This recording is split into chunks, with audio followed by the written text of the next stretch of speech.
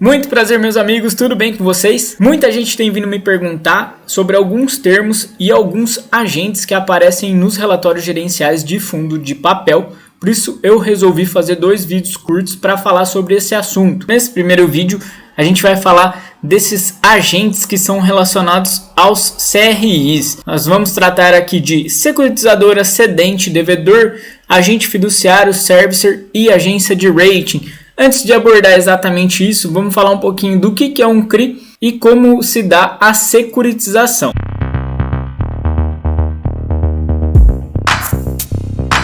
Bom, um CRI é um título de crédito de renda fixa voltado para o setor imobiliário, que constitui uma promessa de pagamento em dinheiro sempre emitido por uma securitizadora. Só para a gente entender isso aqui um pouquinho melhor, título de crédito que constitui uma promessa de pagamento em dinheiro. Então, é todo documento que estabelece uma obrigação pecuniária futura. Que é um exemplo mais fácil: cheque, nota promissória, duplicata, tudo isso é título de crédito. De renda fixa, porque quando o CRI é originado, ele já tem uma rentabilidade pré-estabelecida, voltado sempre para o setor imobiliário, tanto que no nome já é certificado de recebíveis imobiliários, emitido por uma securitizadora. A securitizadora é a empresa responsável por originar, por estruturar aquele CRI. A gente vai falar um pouquinho mais dela em breve.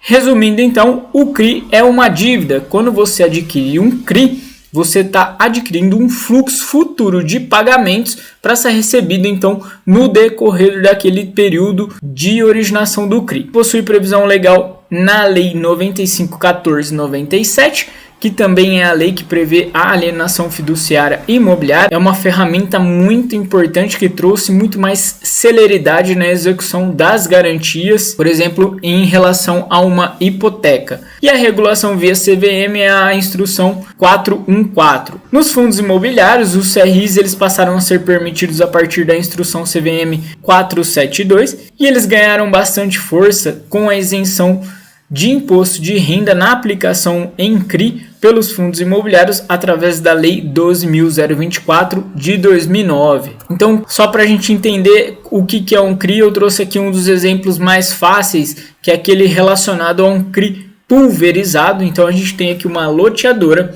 que ela vende lá aqueles lotes para 100, 200, 300 pessoas e os financia, né? Ela financia esses compradores ali por 20, 30, 40 anos. Só que essa loteadora, a função dela não é financiar as pessoas físicas na aquisição de terrenos. A função dela é exatamente construir o loteamento. Então, para ela se capitalizar e fazer novos empreendimentos, ela resolve ceder esses recebíveis todos para uma securitizadora e recebe esse valor à vista, obviamente aplicando uma taxa de desconto.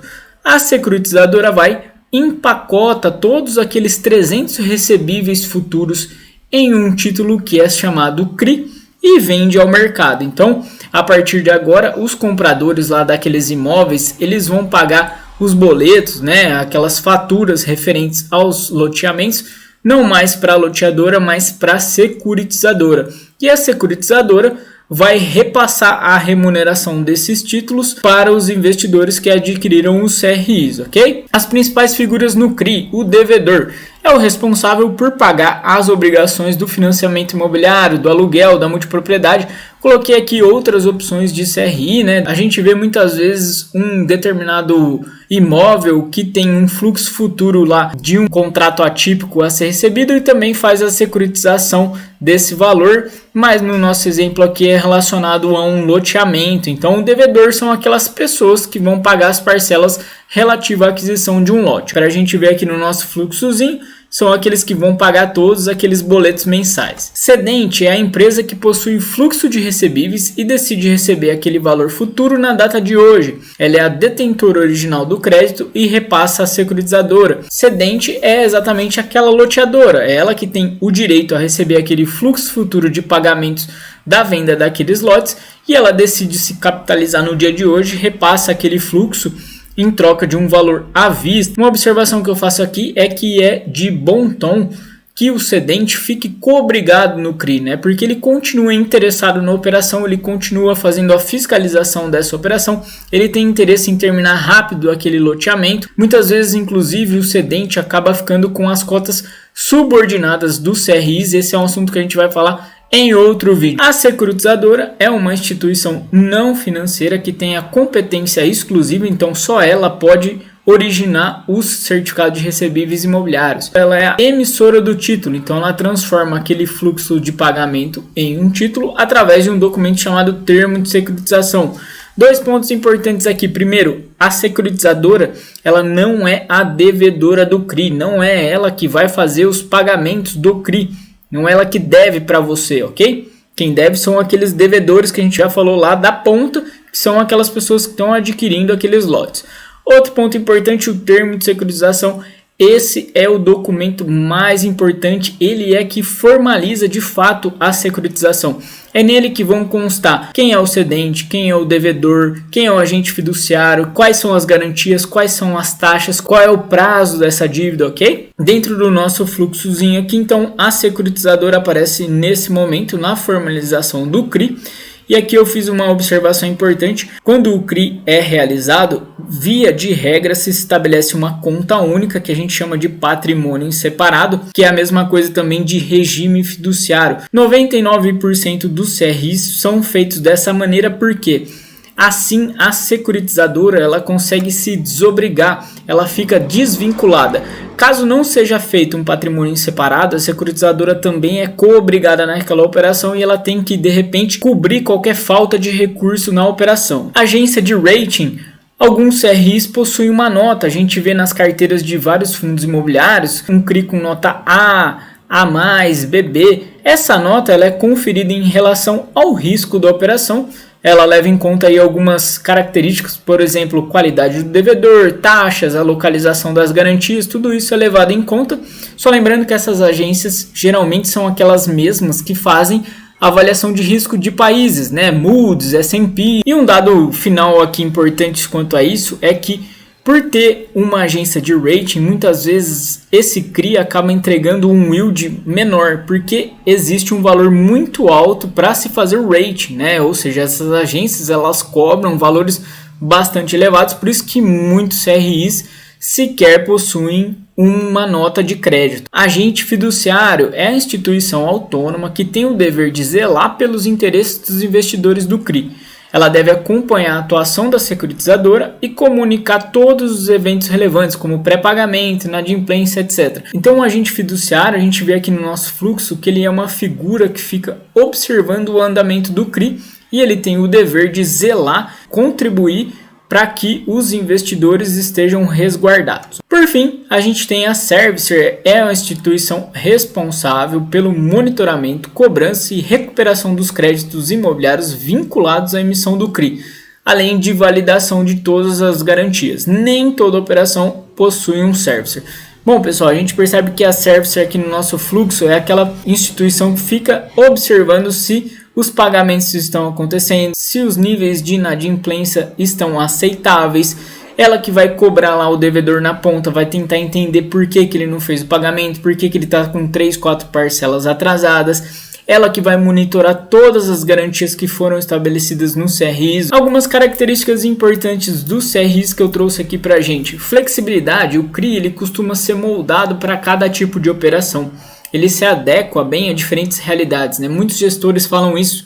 O CRI ele tem essa característica maleável, né? Ele é diferente, por exemplo, de uma dívida bancária que tem várias travas, que tem um formato muito padronizado. O CRI ele pode ser adequado ao tipo de operação. Isso é muito importante, especialmente relacionado aos créditos pulverizados, porque essas operações costumam ter prazos diferentes, taxas muito diferentes, riscos muito diferentes. Referência para captação, o CRI ele tem se tornado cada vez mais atrativo, tanto para o setor corporativo e também sendo uma referência para o setor de loteamento. Primeiro porque com o aumento, né, dos tickets desses fundos de papel, a gente vê aí fundos bilionários, eles começam a ser muito referência para também operações de empresas até listadas em bolsa. Exemplo clássico aí é o número montante de CRIs do Grupo Pão de Açúcar. Então essas empresas, elas, ao invés de se capitalizarem via bancos, elas vão buscar recursos nos CRIs. No caso do loteamento, como ele não é compreendido pelo SFH, o Sistema Financeiro Habitacional, ele não recebe os recursos lá da poupança. Por isso é muito mais complicado para o segmento de loteamento se fomentar, se capitalizar. Então os CRIs têm sido uma saída muito importante, tanto que a gente vê que inúmeros fundos de papel tem CRI pra caramba voltado para esse segmento. Outra característica importante, falta de regulação, existe pouca regulamentação sobre CRI. E por fim, a questão de transparência, existe pouca informação dos CRIs, tanto que o Rodrigo Pocente, o gestor do VRTA11, ele fala que o CRI ainda é uma caixa preta, ou seja, quem conhece de fato o CRI é quem fez a originação, quem participou ali da estruturação, quem está de fora dificilmente consegue entender os pormenores daquela operação. E aí eu faço essa conclusão: investir em CRI via fundo de papel é a melhor opção para a pessoa física, primeiro porque ele consegue melhores taxas do que na pessoa física. Há muitos CRIs que são voltados para investidores profissionais, então não atinge o público de varejo. O fundo de papel consegue acessar esses certificados. Além disso, o fundo de papel ele possui um corpo técnico para avaliar e acompanhar cada um desses CRIs. Ele tem ali um know-how já de entender muito bem dessas operações, afinal essa é a atividade principal dessas assets, né? E por fim, a diversificação. Quando você adquire um CRI, você fica muito atrelado a uma única operação.